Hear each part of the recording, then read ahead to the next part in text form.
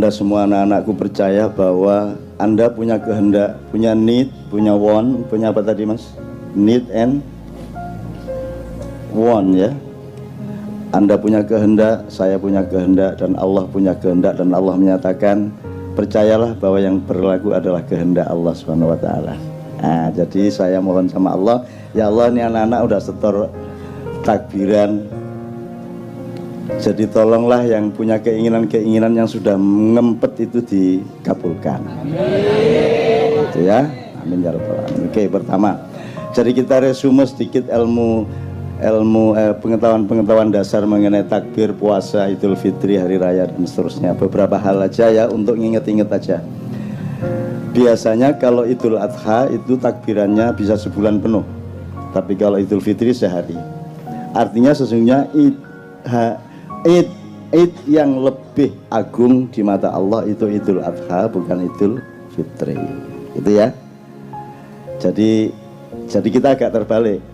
Ya tapi tidak apa-apa, Indonesia terbalik itu sudah kerjaannya ya. Terutama di bidang politik dan pemerintahan.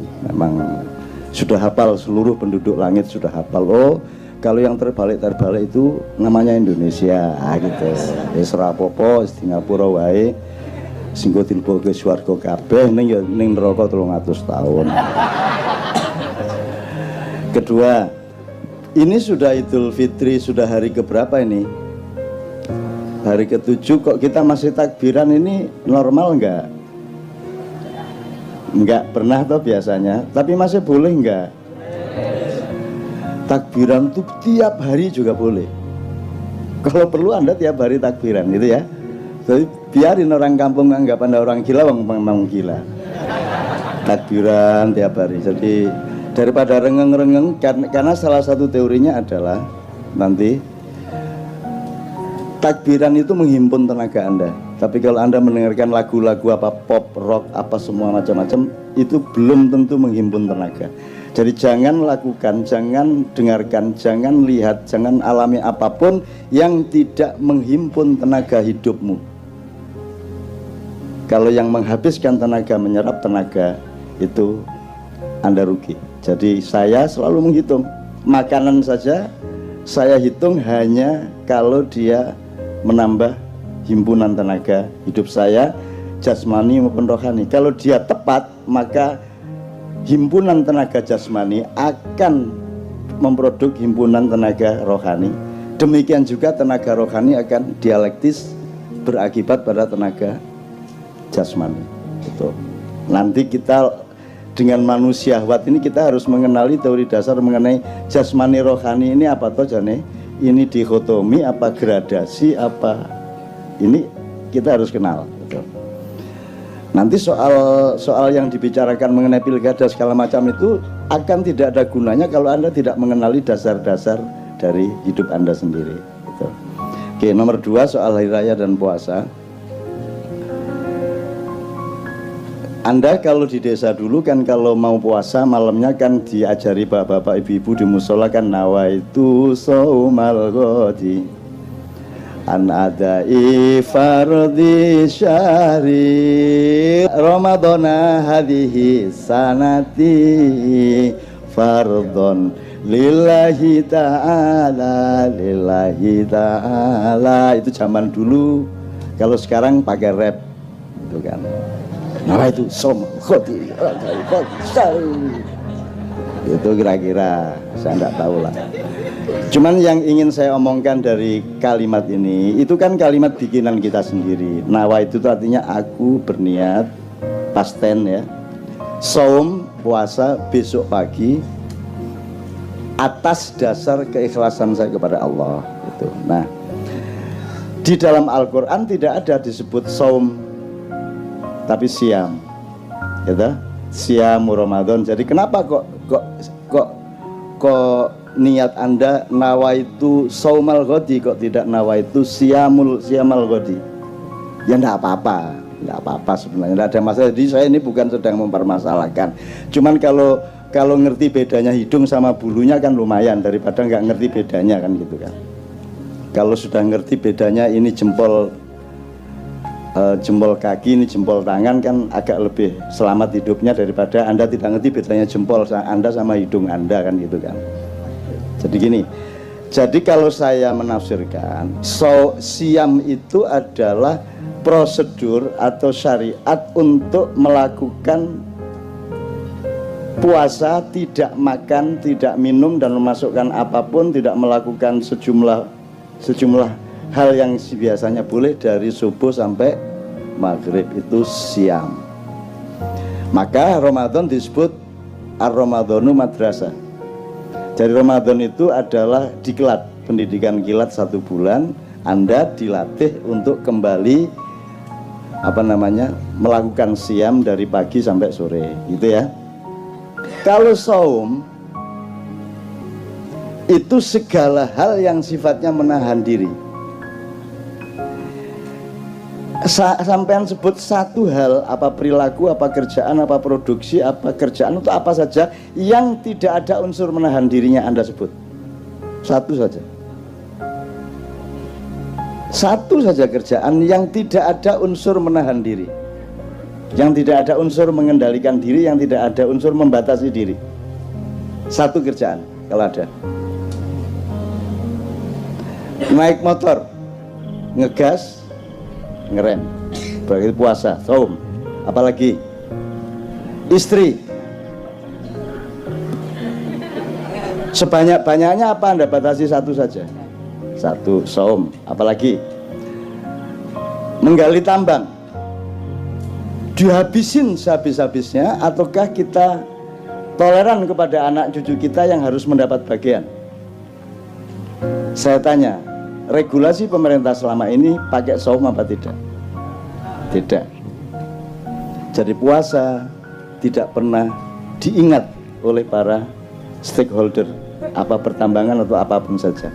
Padahal selamatnya manusia hanya kalau dia mengerti puasa. Sound system ini isinya puasa, Mas. Diginiin, dibatasi, digedein ya, Mas ya. Diginiin, ini kegedean dikit bengung, ini kegedean titik ndak balan. Itu isinya ilmu puasa semua. Betul ndak? Nah, kamu bikin celana itu kan prinsipnya puasa. Kan makanya diukur toh, kakimu panjangnya seberapa, kan begitu. Betul ndak? Itu prinsip puasa. Mas, ternyata rapat kabinet, rapat DPR, rapat Pemprov, nomor 1 adalah menyadari di mana, kapan, seberapa puasa harus dilakukan, benar nggak? Dan itu tidak pernah menjadi kesadaran negara kita. Itu makanya nggak usah terlalu percaya.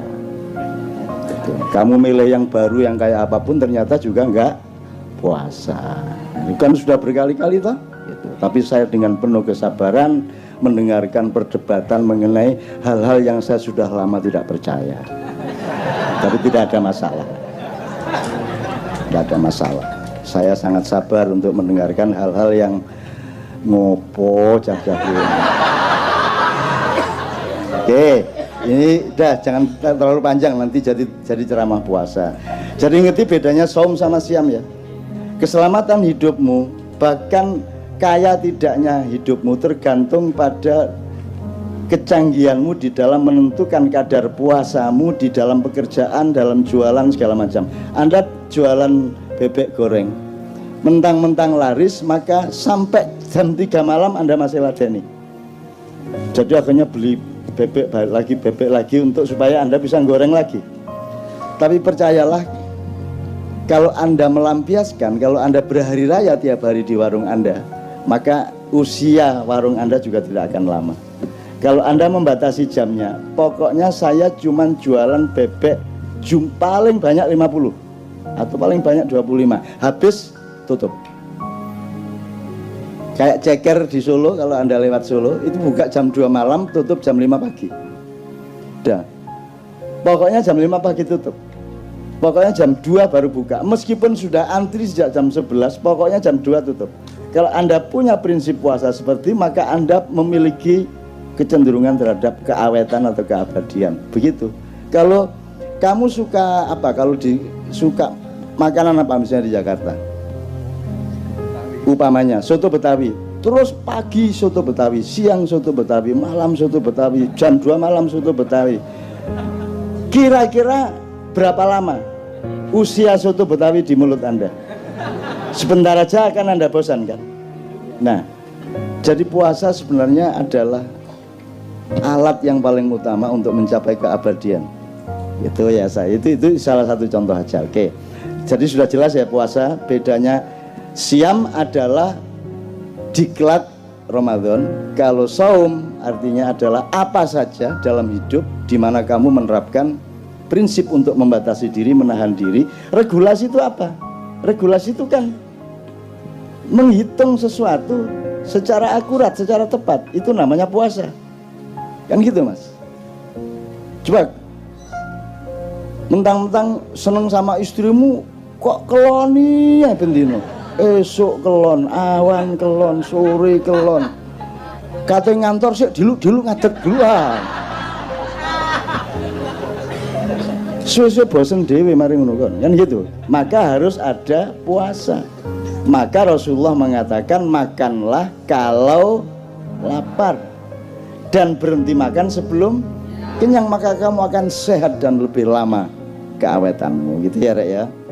Jadi puasa sebenarnya adalah alat yang paling utama untuk mencapai keabadian. Itu ya saya, itu salah satu contoh aja. Oke. Jadi sudah jelas ya puasa, bedanya siam adalah diklat Ramadan. Kalau saum artinya adalah apa saja dalam hidup di mana kamu menerapkan prinsip untuk membatasi diri, menahan diri. Regulasi itu apa? Regulasi itu kan menghitung sesuatu secara akurat, secara tepat. Itu namanya puasa. Kan gitu Mas. Coba mentang-mentang seneng sama istrimu kok keloni ya bendino. Esok kelon, awan kelon, sore kelon. Kate ngantor sih dilu ngadeg duluan. Suwe-suwe bosen dhewe mari ngono kan gitu. Maka harus ada puasa. Maka Rasulullah mengatakan makanlah kalau lapar dan berhenti makan sebelum kenyang, maka kamu akan sehat dan lebih lama keawetanmu, gitu ya Rek ya. Oke. Terus imsak. Di sini kalau imsak tandanya apa di Jakarta? Pakai teriak imsak gitu. Oh pakai sirine. Sirine. Enggak dong, kalau sirine itu buka. Oh bapak-bapak, ibu-ibu gitu. Kalau di Jogja imsak gitu ya. Dari masjid besar Jogja itu Pak Jundi namanya itu. Lagunya gitu, imsak,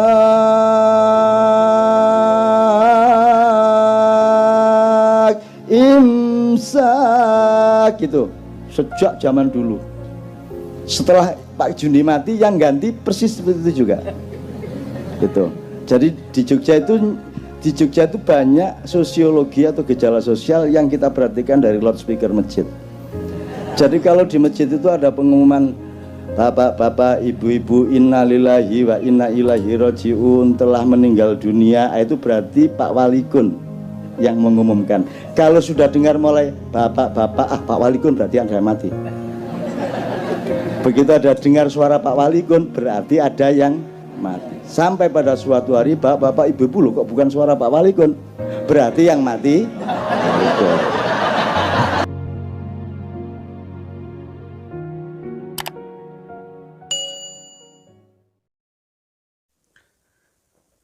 Kemarin, hari ini, dan esok.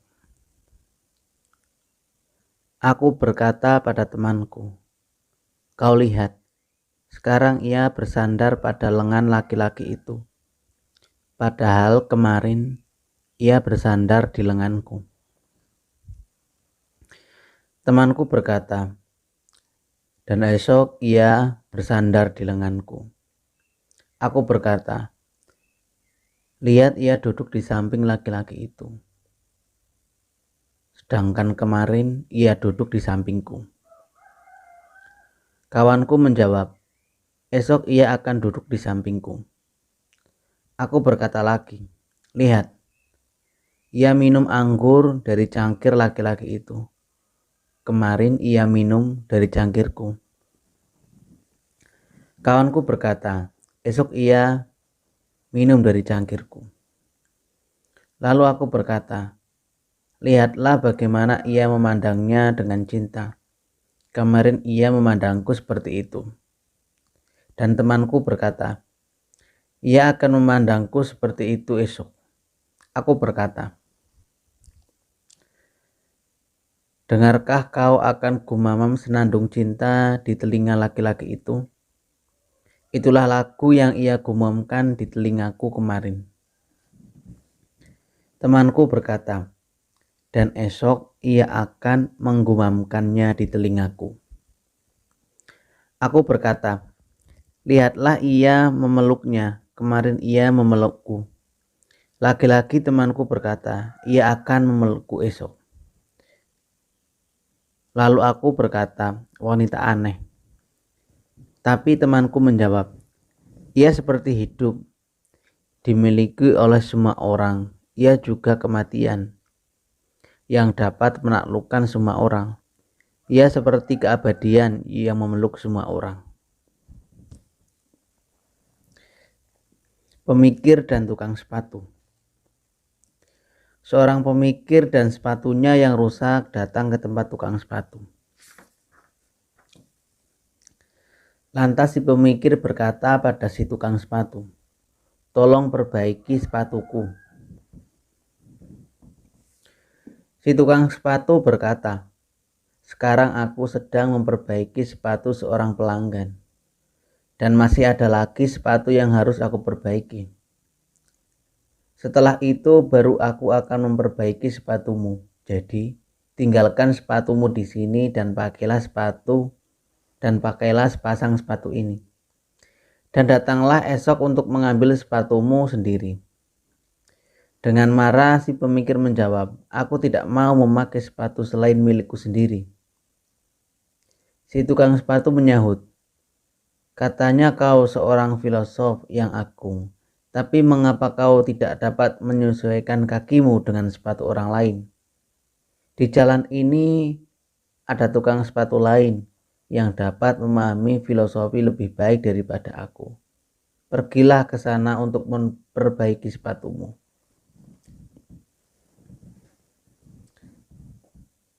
Pembangun jembatan.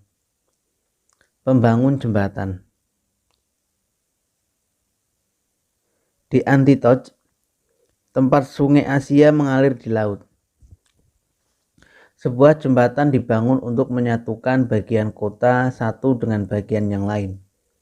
Jembatan itu dibuat dari batu besar yang dibawa di atas pegunungan, yang dibawa di atas punggung para budak Antioch dari atas bukit.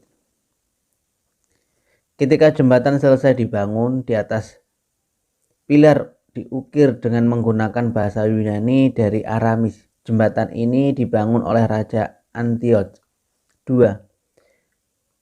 Banyak orang yang menyeberangi jembatan di atas sungai Asi yang telah dibangun itu. Suatu sore seorang pemuda yang dianggap gila menuju pilar tempat tulisan itu dipahat. Ia menutup tulisan itu dengan sebuah papan, kemudian di atasnya ditulis, batu-batu jembatan ini dibawa oleh para budak dari atas bukit. Saatnya menyeberangi, kalian harus ingat. Saat menyeberanginya, kalian harus ingat bahwa kalian sedang menaiki punggung para budak Antioch, pembangun jembatan ini. Dan ketika orang-orang membaca apa yang ditulis pemuda itu, beberapa di antara mereka tertawa dan yang lain terkesima. Sebagian di antara mereka berkata, ya kita tahu siapa yang menulis ini, bukankah ia sedikit gila? Namun seorang budak tertawa dan berkata pada budak lain, tidakkah kau ingat, kitalah yang membawa batu-batu ini. Tapi sekarang dikatakan bahwa jembatan ini dibangun oleh Raja Antioch.